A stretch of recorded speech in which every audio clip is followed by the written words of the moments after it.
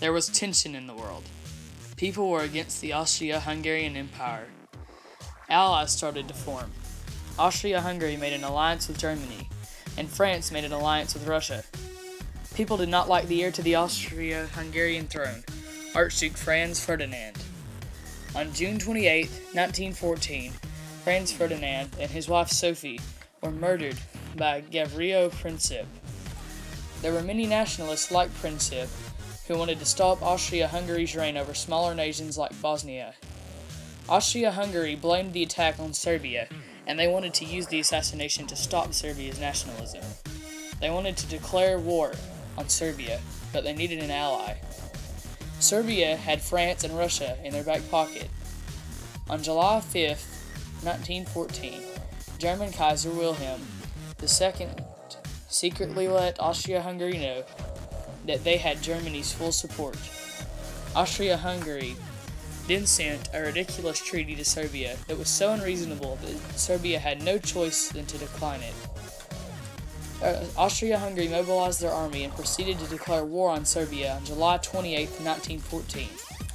1 week later, Russia, Belgium, France, Great Britain, and Serbia, who we now know as the first countries of the Allied powers, were at war with Austria-Hungary and Germany, who we now know as the first countries in the Central Powers. World War I was born. Germany started out fighting aggressively. In the West, Germany tried to get into France. They attempted to go through the then-neutral Belgium. On August 5, 1914, the first battle of World War I started in Liege, Belgium. Germany used their most powerful weapons, which were their huge siege cannons. Germany won the battle, and they killed many civilians in the city, and even executed a priest because the Germans claimed that the priest was trying to get the civilians to rebel against the Germans. In another battle, the First Battle of the Marne, France and Britain pushed German troops back. Germany had planned on quickly defeating France and the Allied powers, so this set their plans back. Therefore, in the West, both sides began what would be the theme of World War I strategy: trench warfare. Trench warfare is a method of warfare in which armies would dig trenches in order to protect themselves from shells. They put barbed wire on the front lines of trenches so that soldiers from opposite armies could not get into the trenches. They also designed the trenches in zigzags so that the opposing armies could not fire their weapons very far down the trenches if they came perpendicular to the trenches. Life was hard in the trenches. If you were in a trench, a shell could come down at any second without notice and kill you or those around you. In the trenches, there were lice that caused lice fever. The ground in the trenches was soggy, and it rotted the soldiers' shoes. After it rotted their shoes, it rotted their feet in a way that is similar to frostbite, and this was known as trench foot. There were also giant rats in the trenches, and the giant rats ate the soldiers' rotting feet. Another part of trench warfare was no man's land. No man's land was the land in between the trenches, and it was basically suicide to go into no man's land. On the Eastern Front, Russia was attacking German-owned lands, East Prussia and Poland. Austria-Hungary stopped Russia in the Battle of Tannenberg in August 1914. Russia continued to attack, and so Germany was forced to move 2 corps from the Western Front to the Eastern Front. Russia had proved themselves to be a viable threat, and Germany realized that they would not get a quick win on the Eastern Front. Russia continued to try to penetrate Germany's lines from 1914 to 1916, but Germany held firm. The people of Russia were becoming angry because World War I was making their economy unstable, and World War I was taking a toll on Russia's food supply. The Russians were opposed to Russian Tsar Nicholas II and his German-born wife, Alexandra. All of these factors caused the Russian Revolution of 1917. This revolution was led by Vladimir Lenin and the Bolsheviks. This revolution caused the end of Tsarist rule, and it caused Russia to have to pull out of World War I. This hurt the Allied powers, as it freed up a lot of German troops. So far, America has not been brought up. America had been trying to stay neutral in the war. However, Germany was attacking American ships and submarines when they would come into German waters. and Americans protested America's neutrality in the war. Congress decided to take action and passed a $250 million bill that was used to ready the military for war.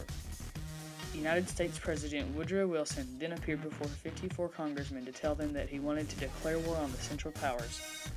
Congress obliged, and America was in the war. Back in Europe, Austria-Hungary was at a stalemate with the Allied powers. Austria-Hungary finally won the Battle of Caporetto, and after this battle, Italy, America, Britain, and France joined together to fight Austria-Hungary. Before World War I, Britain had had the best navy in the world. Germany's navy was a contender to take that title, but Britain proved that their navy was still superior by defeating Germany's navy. Back on the Western Front, Germany was attacking. They had not been doing that badly until American reinforcements arrived for the Allied powers. After the American reinforcements arrived and the Allied powers pushed Germany back, 3 days later, the Allied powers attacked Germany. Germany suffered lots of casualties and ended up having to call off an attack that they probably would have otherwise won.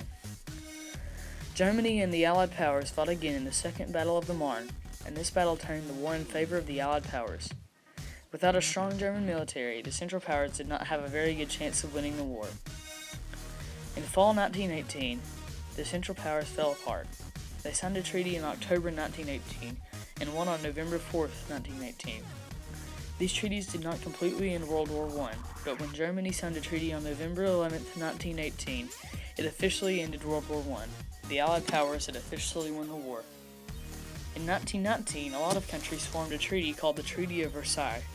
This treaty was supposed to stop further world wars, but it put most of the blame for the war on Germany. Germany did accept the treaty, but it did not prevent a world war again. Although the Treaty of Versailles seemed to bring momentary worldwide peace, it only delayed world problems. However, World War I was finally over. World War I left terrible aftermath. From the Allied powers, 5,525,000 soldiers were found to be dead. 12,831,500 soldiers were wounded, and 4,121,000 soldiers went missing in action.